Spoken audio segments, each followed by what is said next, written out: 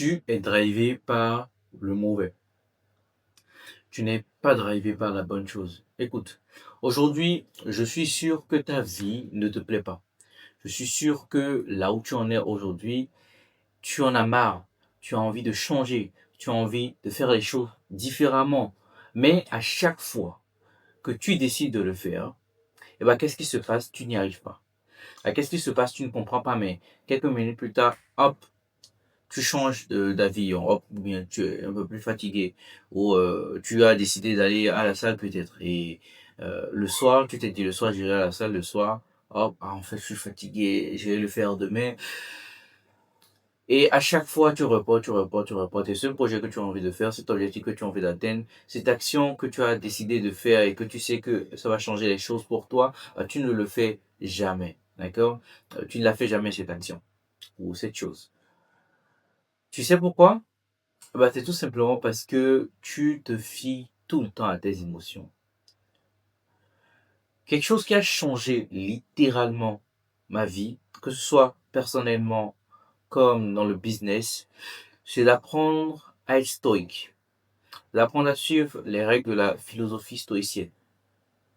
Parce que généralement, quand je dis juste aux gens, ne suis pas tes émotions, sois rationnel, fie-toi vraiment à ce qui est logique.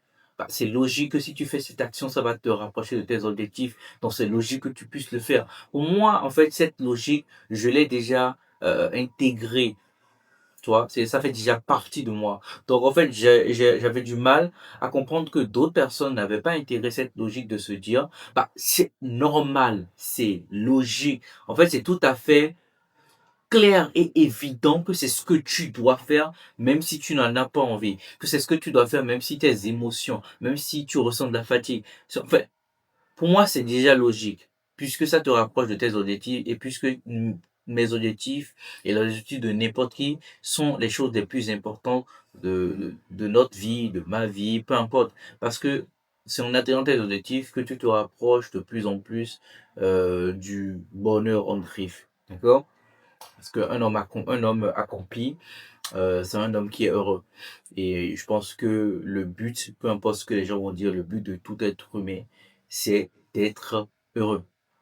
Et donc, je ne vais pas te faire tout un cours sur la philosophie stoïcienne, mais pour juste t'expliquer et mettre du cadre sur ça, pour que n'importe qui, même si tu es un gamin de 12 ans qui est en train de me regarder, tu puisses comprendre, c'est tout simplement le fait de comprendre que les événements arrivent parce qu'ils devraient arriver. Et que toi, tu dois juste contrôler ce sur quoi tu as le contrôle. Enfin, tu dois juste avoir la même idée sur ce sur quoi tu as le contrôle.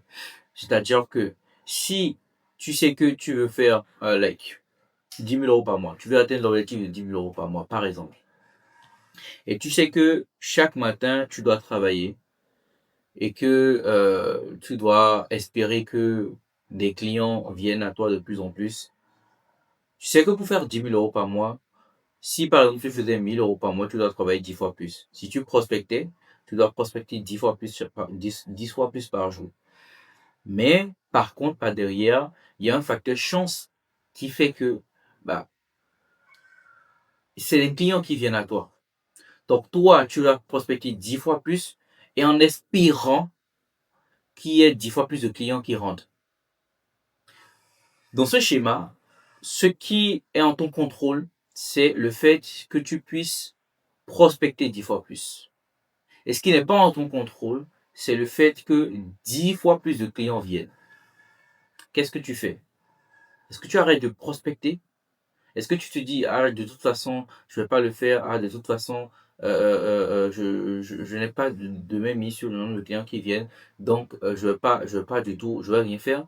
Ou est-ce que tu vas quand même faire ce qui est en ton contrôle, c'est-à-dire prospecter 10 fois et laisser la nature faire le reste, laisser la vie faire le reste, et laisser l'univers faire le reste de son travail? Tu comprends ce que je veux dire? Et donc, quand tu comprends ça, tu comprends que tout arrive parce que ça doit arriver. Tout arrive parce que ça doit arriver. Et donc, les seules choses sur lesquelles tu as du contrôle, c'est tout simplement ce que toi tu fais. Ça, c'est la première manière de penser. Bien. Quand tu as cette première manière de penser là, tu sais que tu es obligé de faire ta part, d'accord? Tu es obligé de faire ta part de travail, ta part dans cette équation pour que la nature puisse faire sa part. Ce n'est pas l'inverse. Ce n'est pas tu attends que 10 clients viennent à toi avant de prospecter. C'est que tu prospectes 10 fois plus en attendant, en espérant que 10 clients viennent à toi. Le problème, c'est que tu penses que en refoulant, en remettant à demain à chaque fois ce que toi tu dois faire, bah, là, il y a une magie, il y a une sorte de magie qui va venir que les choses que tu veux, les objectifs que tu veux atteindre vont venir par magie. Mais malheureusement, mon ami, j'ai une mauvaise nouvelle pour toi. Ça ne marche pas comme cela.